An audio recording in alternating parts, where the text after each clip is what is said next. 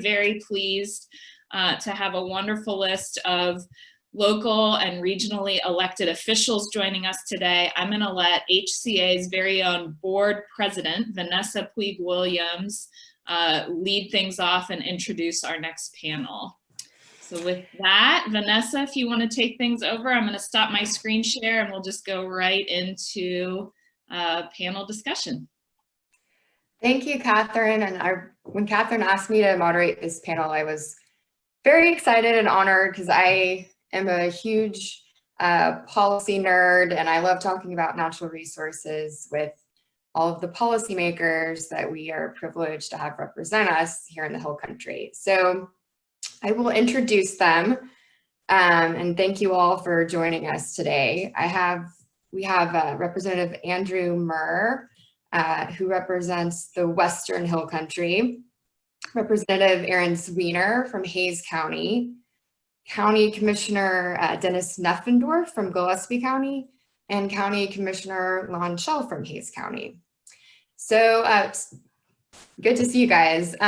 Y'all are our fearless leaders, protecting the Hill Country, keeping it prosperous, and we're really looking forward to hearing your thoughts today on the issues that are most pressing, some of the work that y'all are embarking on, and the challenges and opportunity for the future of the Hill Country. So I want to I know politicians love to talk, so let's try to keep our answers succinct because we don't have a ton of time.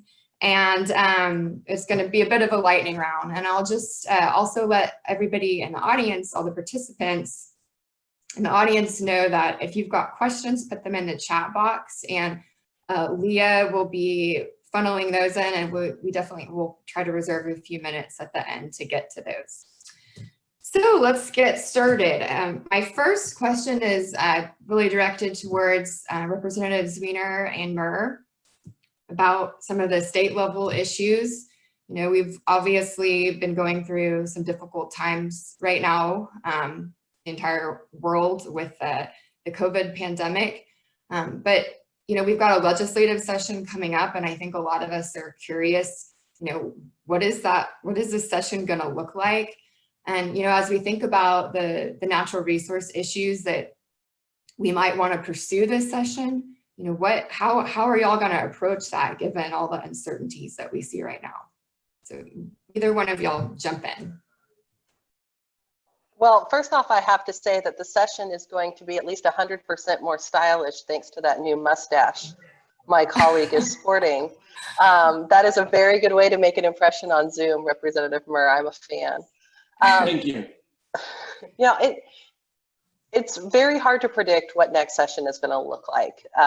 Leadership is going to change. We're going to have a new speaker no matter what, no matter how elections fall this November. And I think we all have some ideas over who that might be, depending on various election outcomes.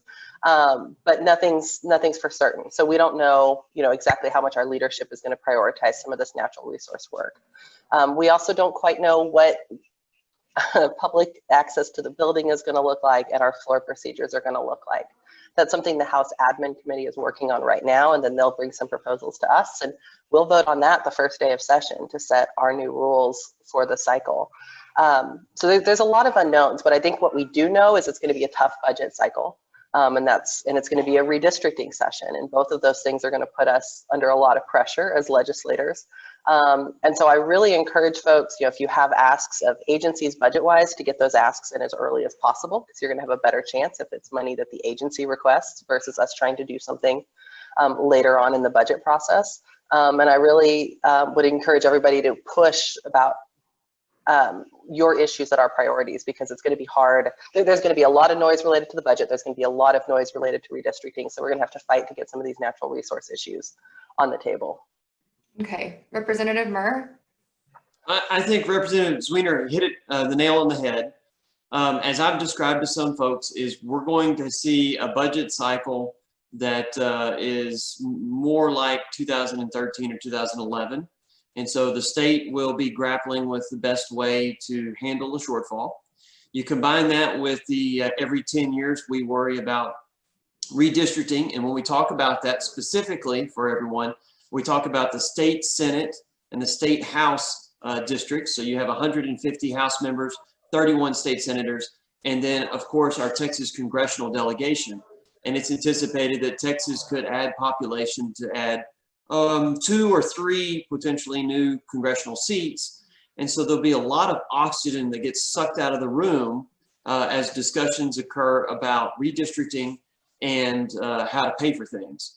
Now you put that in the framework of a COVID-19 world in which we still don't know how folks will access the buildings, how committee hearings and committee testimony will work, and how interaction on the House floor or the Senate floor or with other agencies will actually work. So the final process, and of course the commissioners can speak to this too, a lot of what happens in Austin, especially towards the end of session, is relationship driven. It is, you build a rapport, a working relationship with others to mold and change policy.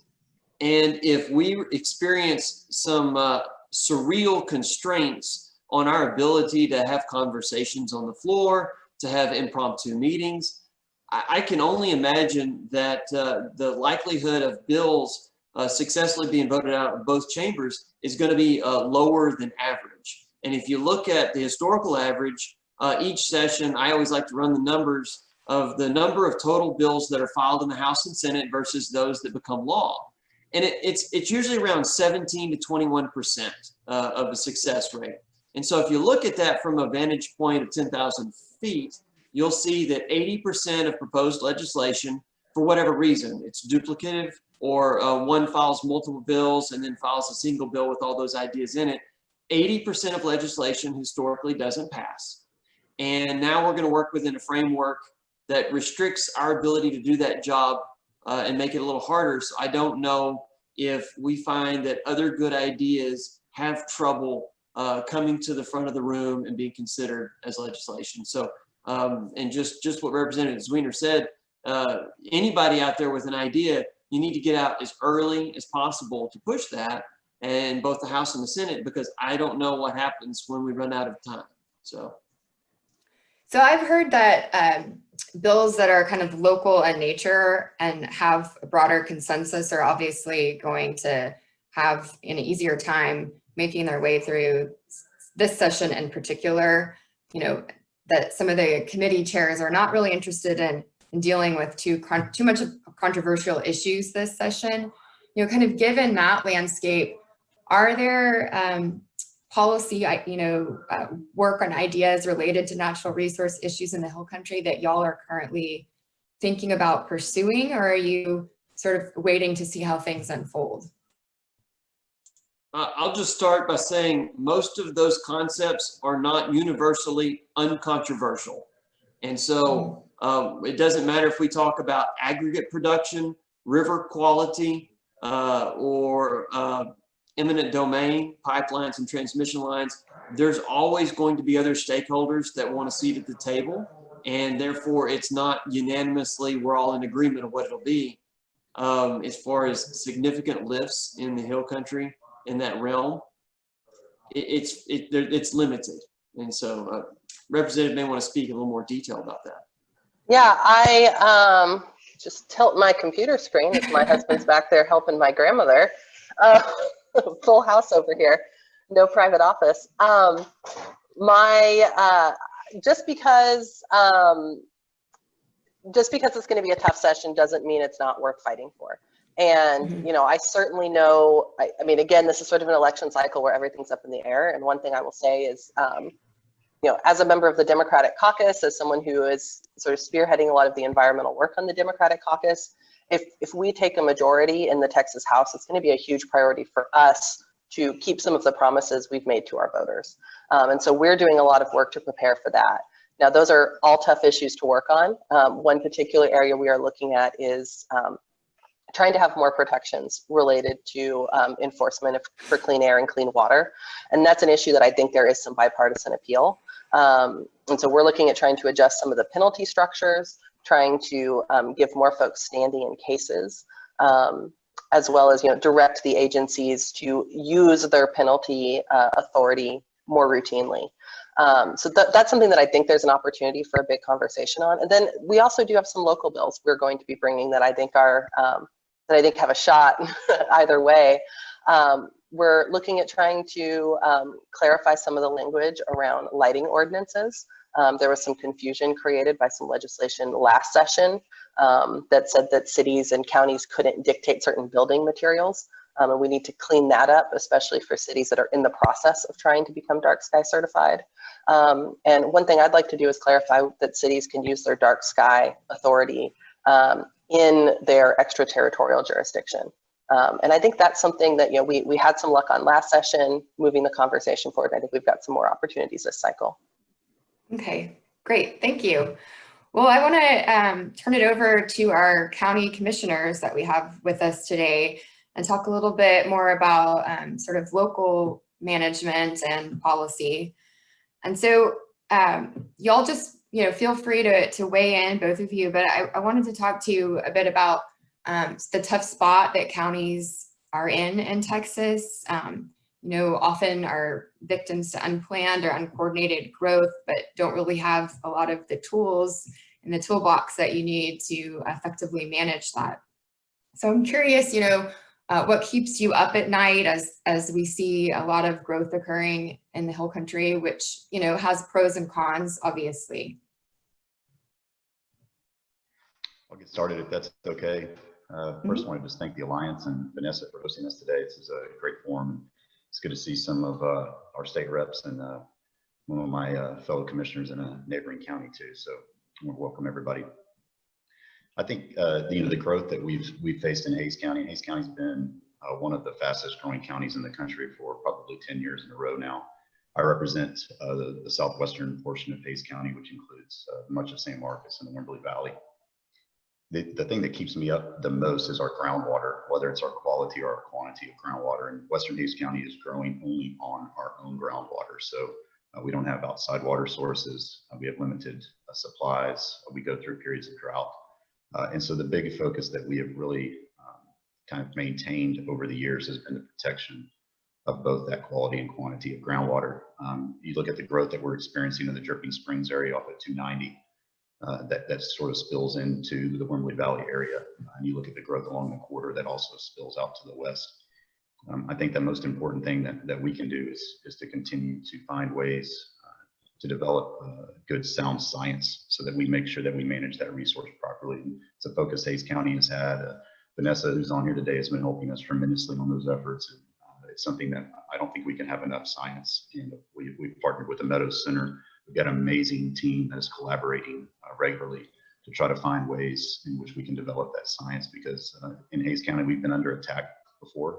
We have private water companies that are trying to take water from our aquifers and actually transport it to the east, which is almost a ridiculous concept to think that you would do almost opposite of what anyone else would do. But for those reasons, our neighbors in Hays County, in Blanco, and Gillespie and Comal County also are facing some of those similar things. And I think we should all focus on working together on these issues. We've been brought together on several recently, whether it's been the pipeline and others. And I think that has set a good tone for us in the Hill Country to start working together and work with our legislators to make sure that we get the proper types of reasonable rules and regulations that allow us to all do our jobs, protect all of our citizens and their property rights, but also protect those natural resources that we rely on for our daily lives. Thank you. Commissioner Neffendorf, do you want to add anything? Oh, I think you might be on mute.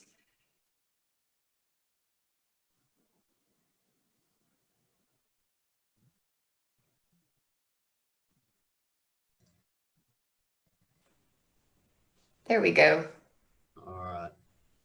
I think the points that Lon has made, starting with water and the groundwater aquifer, I believe it's quite interesting that the pipeline, Kinder Morgan, followed the main tributaries of the Panelists Valley. And I'm going to stop at Gillespie County there, because right in that area, that's where we have our rich source of groundwater aquifers, and that's where the pipeline is laid. And you can drive along the roads and see the river on the left and the pipeline's on the pipeline is on the right. And that brings me to one of my most serious concerns is safety of that pipeline. There was no transparency when they came here, but not being willing to do fiber optics and state-of-the-art technology to put fiber optics on that pipeline. And there were even outside sources and partners that wanted to put fiber optics on that pipeline, which would have only cost about $1 million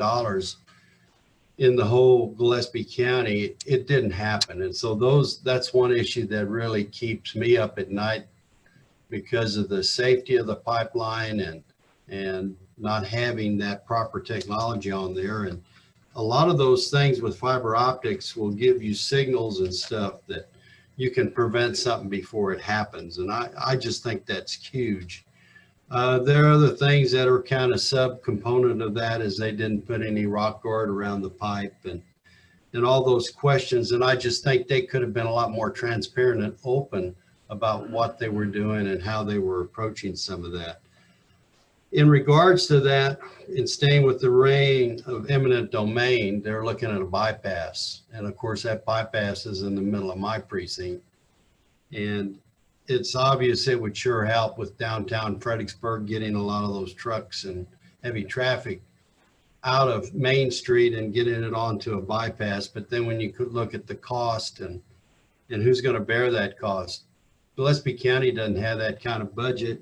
And I feel quite strongly that the court as a whole does not want to go in that kind of debt. So that leads into a lot of things where I have to lean on stakeholders to get organized, get petitions together, whether it's in regards to eminent domain and the pipeline, or whether it's in regards to the bypass. And in these groups, they get real activated. Like on the bypass, this group is about 4,200 strong. They've got about 1,000, 1,500 people that haven't signed the petition, but they're willing to help and have a lot of concerns about what's happening in parts of Gillespie County. And this growth is tremendous. It's huge.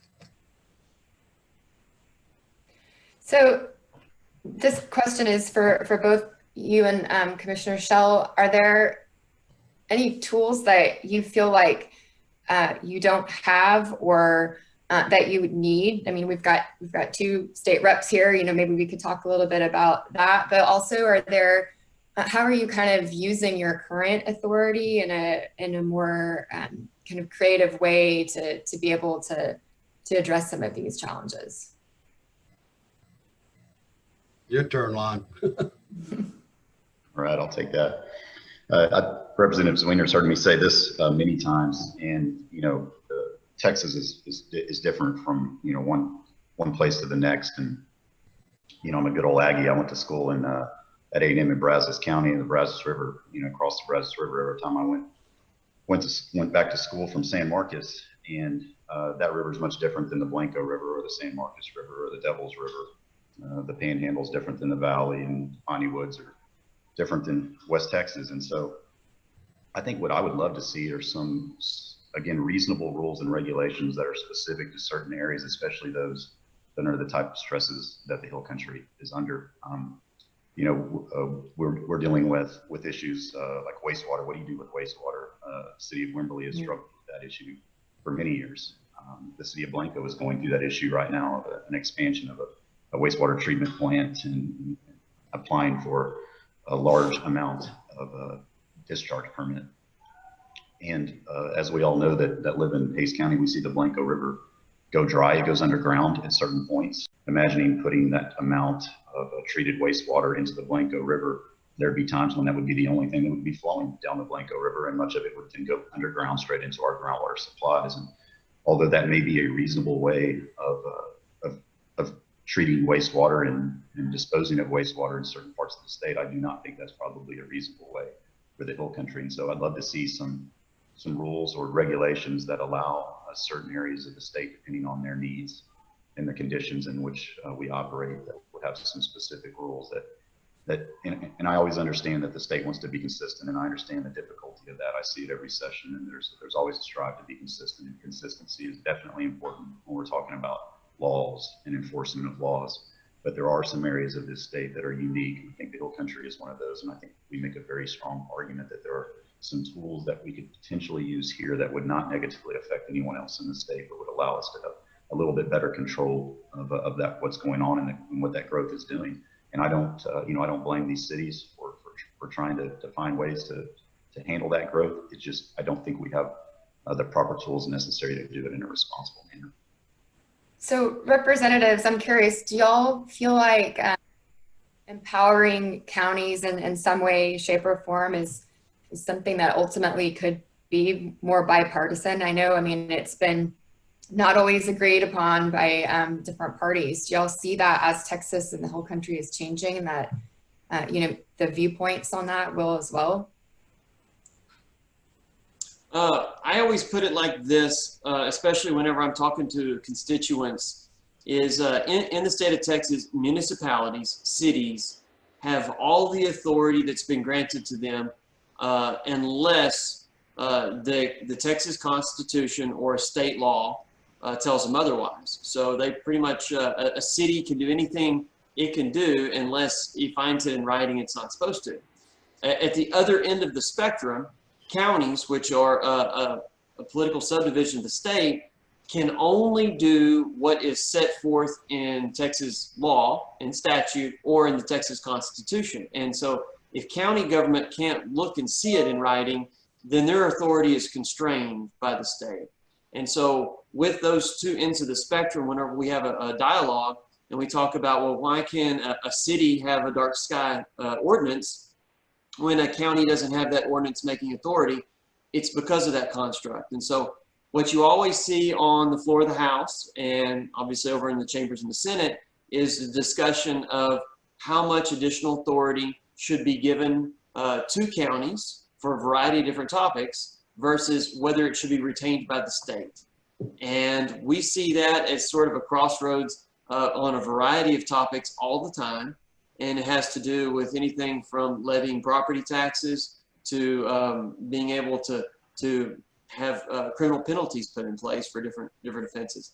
I would say that it is not as common, and Representative Zwiener backed me up on this, for you to see easy and complete agreement on delegation of authority to counties on a regular basis. Usually it's very focused on a specific topic. And the more that you talk about areas of high growth, like the Hill Country, then that is much different than in far west Texas, or even in my home county right now, which is Kimball County in the Western Hill Country. You know, our population is fairly static. Do we have a lot of absentee landowners? Yes, but they don't typically live here. And it's hard to get other members of the legislature from different portions of the state to easily identify with those challenges in the high growth areas. And so there's not always consensus on that. But Representative Zwiener, you might have more to add. Yeah, I agree with what Rep. Murr said, and I'll say that, I think it's never partisan to solve a problem for your county. And we did pass some legislation last session that increased county authority in certain local areas for both Democratic members and Republican members. One specific thing I remember is a county being able to enforce specific rules in oceanside parks.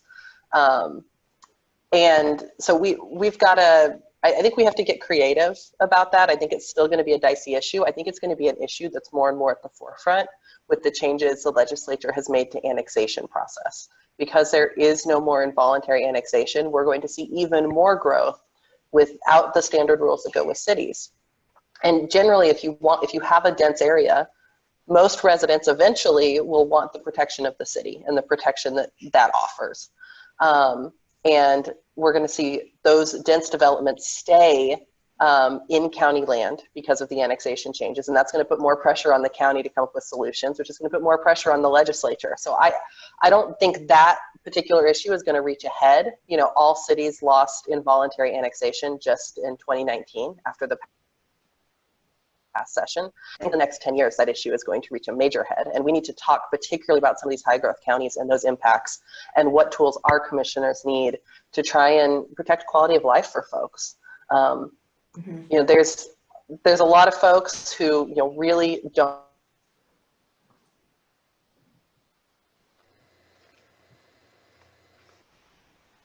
want the county involved or agency saying what bad happens next door.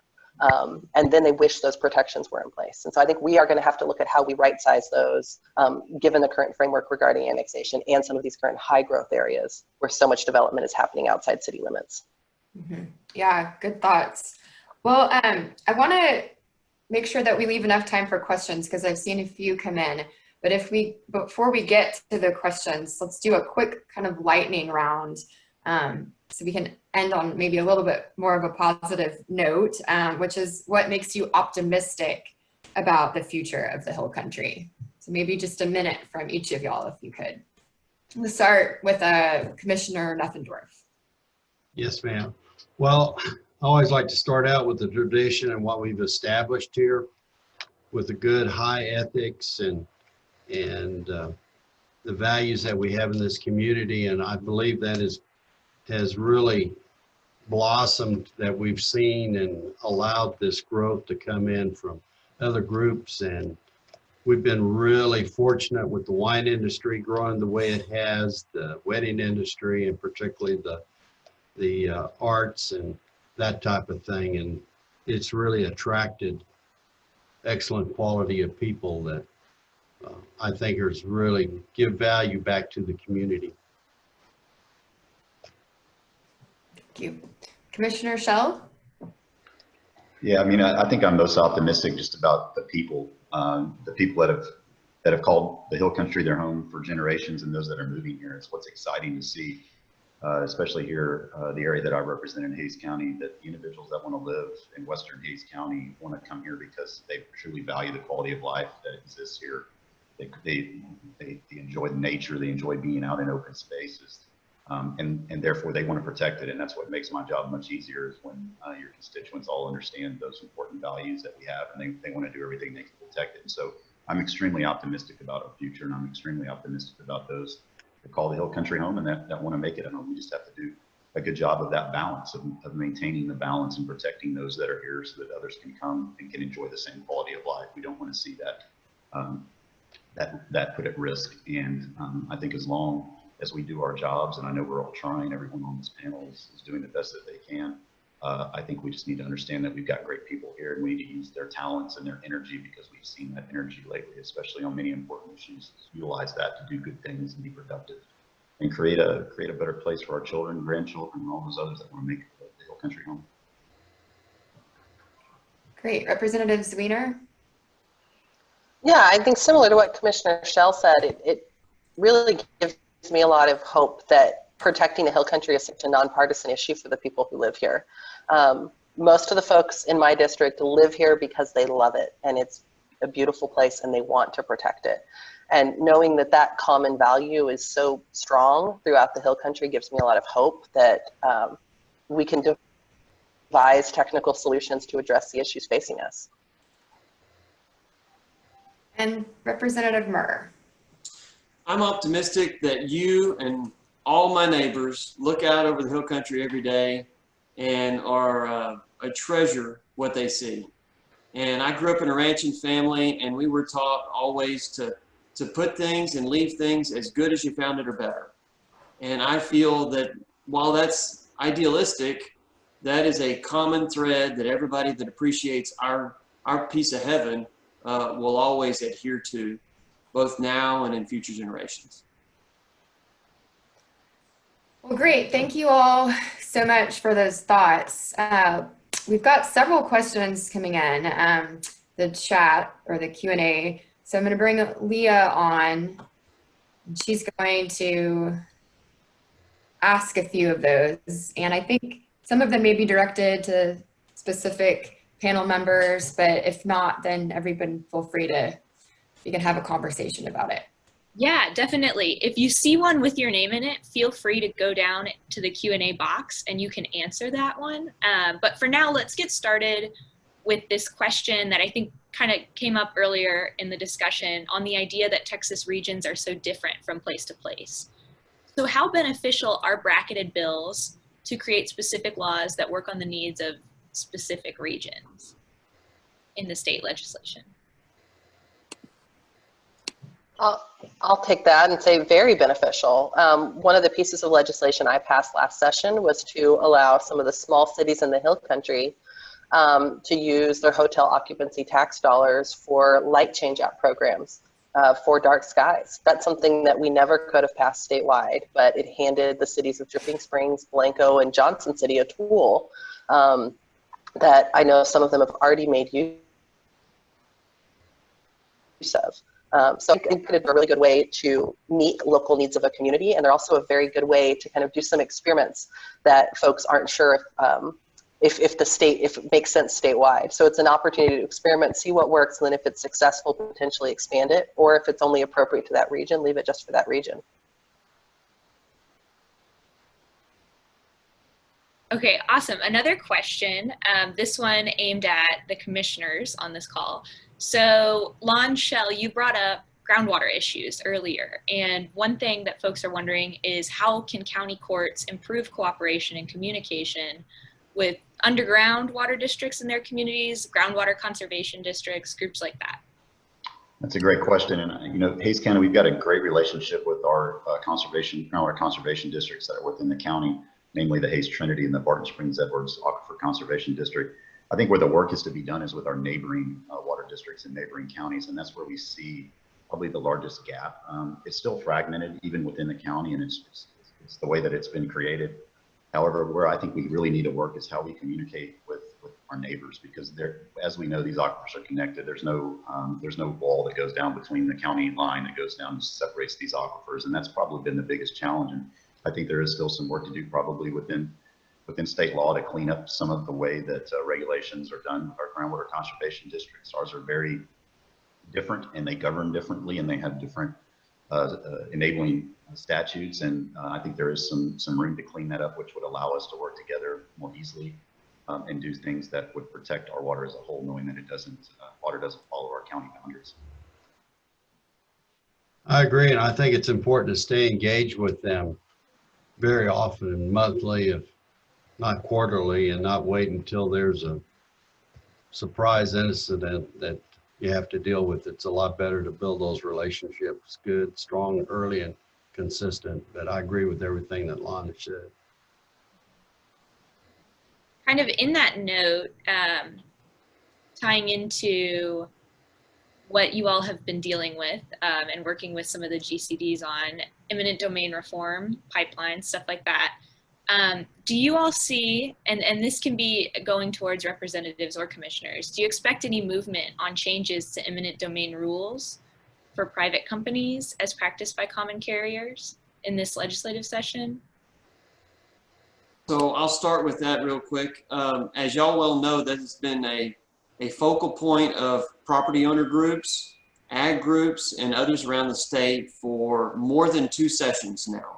I think you should anticipate that topic will come back up. We mentioned earlier about how some of the oxygen in the room will be consumed with discussions of budget, pandemic, and redistricting. But I think we saw that there are a lot of stakeholders, and there are billion-dollar industries, both in oil and gas and electric and communications out there, that worry about the consequences of what a bill would look like. And so there's a lot of folks who prefer no change, and that's very challenging whenever you sit down with those stakeholders. Some of those stakeholders are well represented by members in the body itself, and Representative Zwiener can speak more to that, but based on the previous constructs of how the committee structures were set up, there's some roadblocks to success in that area. Yeah, I may not need to be quite as helpful as Representative Murr, but I will say, I think what was interesting last session is we had the votes.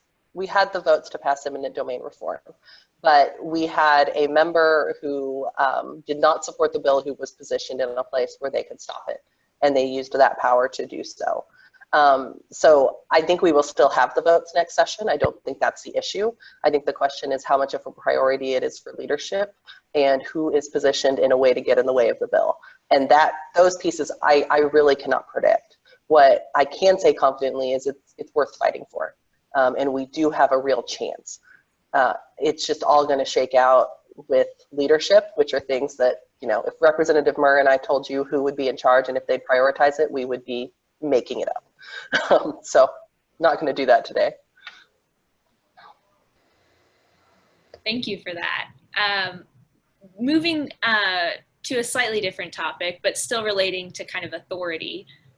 With no involuntary annexation authority, how can small rural cities grow and increase their tax base?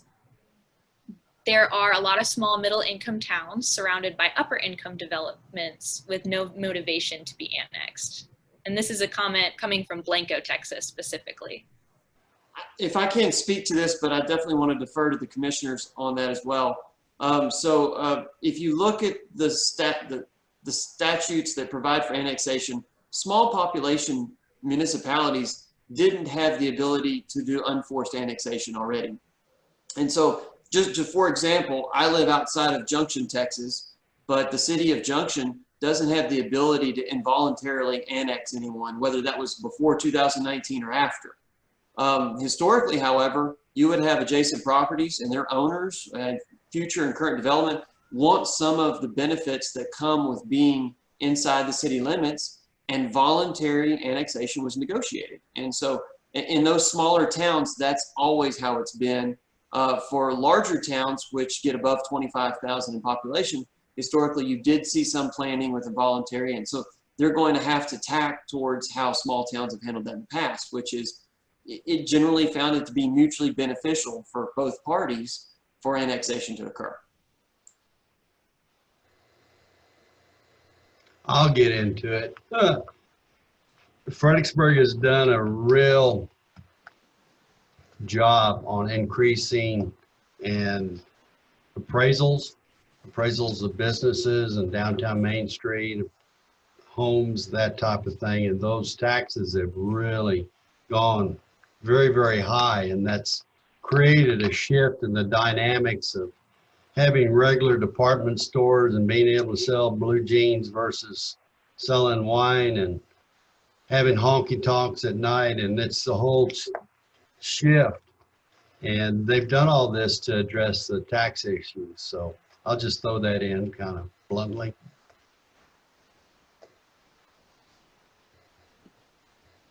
Thank you for that. I think we've got time for maybe one more question, maybe two, but I'm going to ask one. This one's for Lon, for Hays County specifically. Can you tell us a little bit about the upcoming county bond initiative this November? What about this conservation development are you starting? Can you tell us just a little bit more for folks that maybe don't know? Yeah, I appreciate that question. The Commissioners Court in Hays County did decide to place a bond for the voters for $75 million for parks and open space. And understand, it's a difficult time for many. The pandemic has created a stressful situation on many people's lives and their financial situation. But we did think that it was an important time to allow our voters to have this choice, because we are running out of time in the Hill Country with the growth that we're experiencing and all those challenges and stresses that we've already discussed today. We thought it would be extremely important to have an opportunity for our voters to support a greater investment in parks and open space, especially conservation. The county and the Nature Conservancy recently partnered on a very special project, which is special to me, on the Blanco River. It's the former Rancho Sema Scout property on the Devil's Backbone. One of those types of projects that is special to many in my community. They've fought for years to try to protect that, and it was really amazing to get a group together that could actually pull that off. I think it's just the start, but that sort of was the genesis of our Parks Bond. Was that opportunity presented itself, and what could we do more, and how could we do things that would create multiple values to the public, whether it's the water quality, water quantity issues, habitat preservation, flood mitigation, open space. There are so many public values to these types of projects, which makes it very exciting. And hopefully we can get that support of our voter, and that they can see the facts and what it can do to improve not just our quality of life, but the future of our county. And so I would encourage everybody to try to do as much research as they can on some of those projects. They are, I think many of them will be something that can be looked back on generations from now and people will say, man, how did they pull that off? And I think that's what's so exciting about it. Yeah, I think the work that Hays County has done, you know, with respect to developing groundwater science and now this open space bond, it's that it'll be a model for other counties to look at throughout the whole country about, you know, how you address some of these challenges to protecting our natural resources. So kudos to you on that. And I think we're out of time. I want to thank all of you for participating in this panel today. I think it was a good discussion, and thank you to the audience for some good questions. And I'm told that I'm supposed to pass this off now to Cliff. There he is. Thank you guys. Enjoy your weekend, and hopefully you'll stick around for the rest of the session today. But if not, it's supposed to be a beautiful weekend. So enjoy the whole country.